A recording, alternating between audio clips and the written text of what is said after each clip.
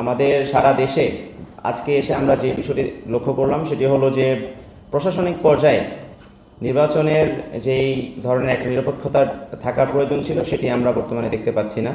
ইতিমধ্যেই আমাদের কাছে অনেকগুলো রিপোর্ট এসেছে যে বিভিন্ন জায়গা থেকে প্রশাসনিক কর্মকর্তা যারা আছেন, প্রিজাইডিং অফিসার হিসেবে যাদেরকে নিয়োগ দেওয়া হচ্ছে, সুনির্দিষ্টভাবে একটি দলের যারা মতাদর্শে যারা আছেন তাদেরকেই বিভিন্ন গোয়েন্দা সংস্থার যে রিপোর্ট, সেই রিপোর্টের উপর ভিত্তি করে তাদেরকে সেখানে নিয়োগ প্রদান করা হচ্ছে।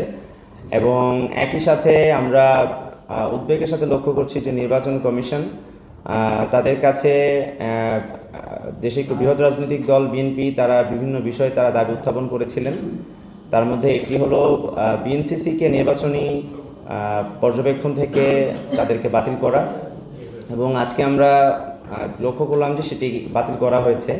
এর আগেও আমরা লক্ষ্য করেছি যে বিএনপি যখন নির্বাচন কমিশনে সাস্টের ছাত্র সংসদ নির্বাচন যখন বাতিল করার জন্য যখন বলা হয়েছিল তখনও কিন্তু সেটি বাতিল করা হয়েছে।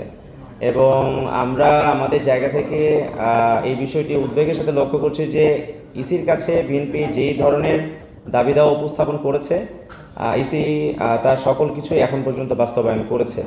এবং মাঠ পর্যায়ে আমাদের যে নির্বাচনের পরিবেশ সেটির মাধ্যমে স্পষ্ট হয় যে ইসি বর্তমানে বিএনপির আজ্ঞাবহ হয়ে কাজ করছে, যেটি আমাদের সবার জন্য একটি উদ্বেগের বিষয়।